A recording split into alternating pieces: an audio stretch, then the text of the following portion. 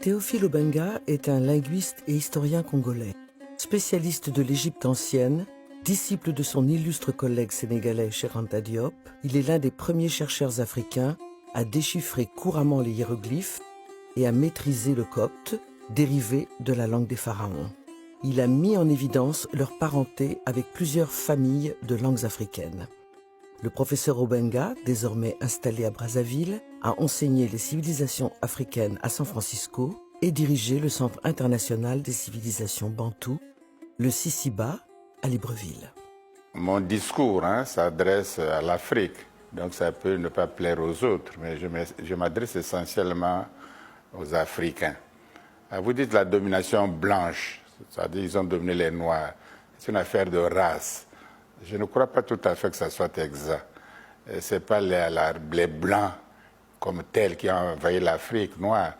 Ce sont les intérêts, les groupes d'intérêts, intérêts d'État, intérêts financiers des groupes, etc. C'est eux qui ont eu intérêt à venir, c'est un système qui a venir coloniser, si vous voulez, l'Afrique. Bon, comme ils sont blancs, on dit, bon, c'est les blancs, tous les blancs. En fait, non, il y a des blancs qui se révoltent aussi contre ce système. Donc, ce n'est pas tout à fait l'affaire des blancs. L'Europe, à part le charbon, ils n'ont rien dans leur sous-sol, absolument rien du tout.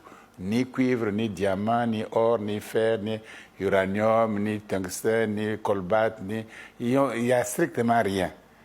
Bon, ils ont cassé leur forêt depuis le Moyen-Âge. Ils n'ont presque plus de forêt, de bois. Alors, du coup, ils viennent, soit en Amazonie, casser la forêt, soit sur le continent africain, casser la forêt, tuer les éléphants, prendre de l'or, du diamant. Ils sont les premiers producteurs du diamant au monde, Anvers, alors qu'il n'y a même pas un seul grain de diamant en Belgique. Anvers devient la capitale du diamant. Ils prennent ça en Afrique. Et comme ils avaient une certaine supériorité technique, bon, ils ont dominé. Et quand vous subissez ça un siècle entier, si vous ajoutez encore l'apartheid, et avant, il faut ajouter au moins 6 siècles d'esclavage, des millions et des millions, au moins 500 millions d'Africains sont partis en esclavage dans le Nouveau Monde, soi-disant. Alors vous comprenez que l'Afrique était complètement déstructurée, complètement détruite, complètement. Et il faut féliciter les Africains qui, en un siècle, ont rattrapé quand même. Nous sommes nombreux maintenant, on occupe l'espace, et dans 20 ans, peut-être, on sera peut-être 1 milliard et quelques. Donc, on a quand même, on n'est pas éliminé. Parce qu'on peut être éliminé. Les Indiens ont été éliminés en Amérique du Nord. Ils vivent dans les réserves aujourd'hui, dans un pays de démocratie. Ils vivent dans les réserves.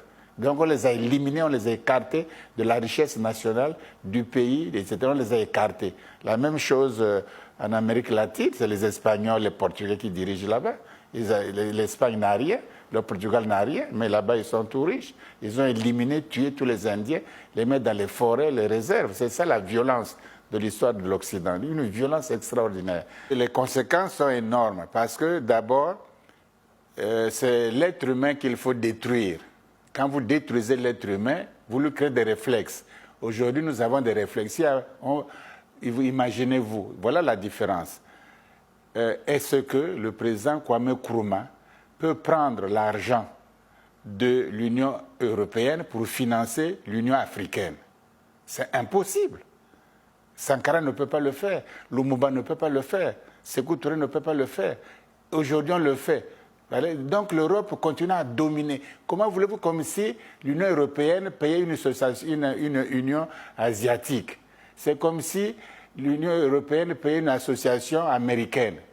Comme si l'Union européenne payait une association, je ne sais pas, même, ils ne payent même pas la Grèce. Et ils viennent, vous payez l'Union africaine. Mais ça, c'est le plus grand crime. La même chose, quel est le pays du monde qui était malheureux, arriéré, pas développé, et la Banque mondiale, le FMI sont venus pour le développer. Aucun pays. Et puis on fait semblant de mettre quelques Africains dans ces structures pour les envoyer en Afrique, pour que la Banque mondiale, le FMI, n'envoie pas les Africains qui travaillent là-bas en Chine, ou en Corée, ou en Indonésie, ou en Afghanistan, ou en Australie, pour qu'ils n'envoient pas. C'est la colonisation. Et puis ces Noirs sont certes compétents, mais ils appartiennent à un système qui détruit l'Afrique. Comme si pendant l'esclavage, un autre noir peut surveiller les noirs esclaves sur la plantation. Il n'est pas moins esclave, hein, même s'il le surveille. Donc les Africains qui travaillent dans les banques mondiales, ils sont esclaves comme nous.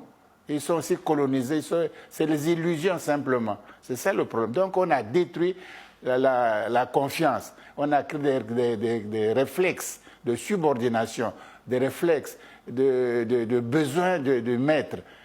L'esclave a toujours besoin du maître, il ne peut pas être libre.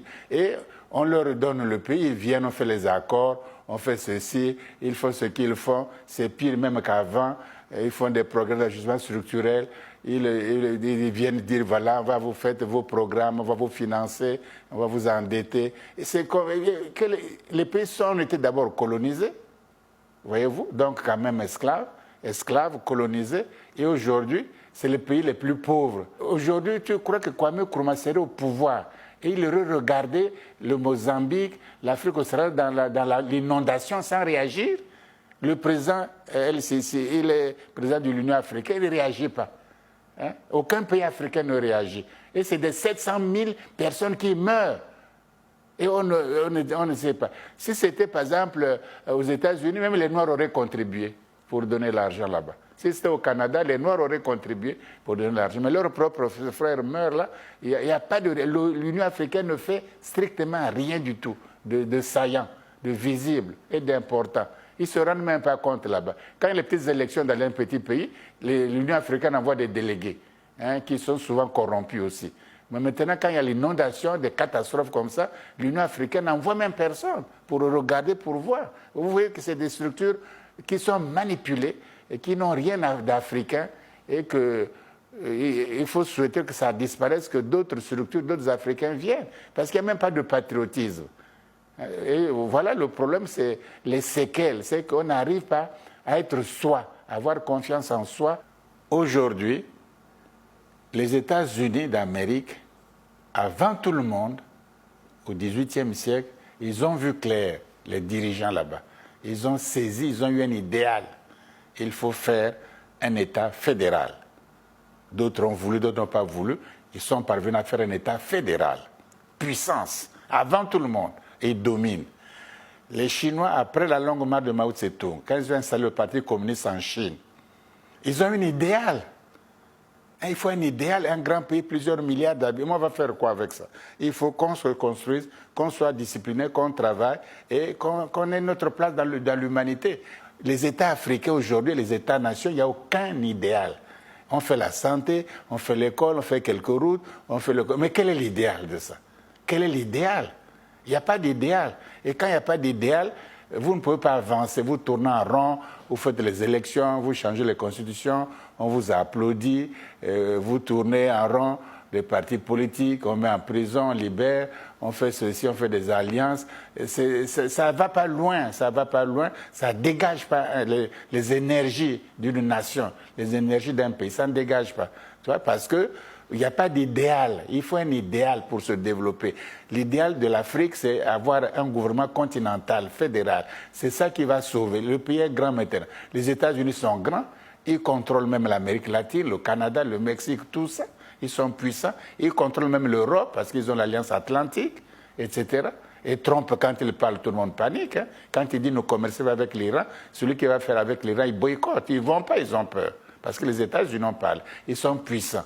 Il suffit de dessiner un idéal. Il faut faire les universités africaines, parce que nous sommes même dans la modernité.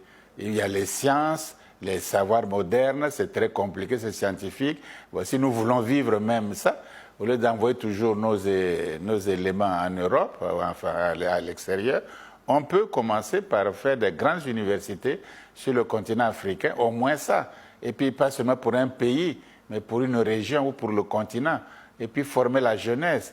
Et puis ils vont grandir avec d'autres idéaux, avec d'autres sentiments patriotiques. Et ils pourront plus tard, parce qu'il y a le changement, les gens ne restent pas éternels, on s'en va. Donc peut-être les futures générations, ayant été éduquées dans un certain patriotisme panafricain, pourront en ce moment créer d'autres structures africaines. Je crois qu'il ne faut plus que les banques mondiales, le FMI, viennent sur le continent africain. Il faut les interdire strictement, qu'ils ne viennent plus. Il ne faut pas qu'ils viennent, parce qu'ils ne pourront jamais, au grand jamais, développer l'Afrique. C'est impossible. la Banque mondiale, voulez vous développer, qui n'ont fait qu'un plan d'ingénieurs. Voilà, pendant 5 ans, 10 ans, nous allons former des ingénieurs africains dans l'agronomie, dans l'industrie, dans l'énergie, etc., dans les transports. On va former les ingénieurs africains. Voilà un plan qu'il faut faire. Mais il vous parle des problèmes d'ajustement structurel. Il ne faut pas augmenter les salaires, il faut pas faire les écoles, il ne faut pas faire les hôpitaux. Tu as déjà vu le FMI parler de l'école ici en Afrique? Ils n'aiment pas ça. Ils vous parlent des programmes d'agriculture, on va donner les aides agricoles, mais vous voyez bien que vous ne pouvez pas vous développer en faisant un champ de maïs. Hein. C'est un idéal. Je crois que ce faisant, et les Africains trouvent que c'est méchant, c'est violent, on ne respecte. Non, ce n'est pas ça. Chacun défend ses intérêts.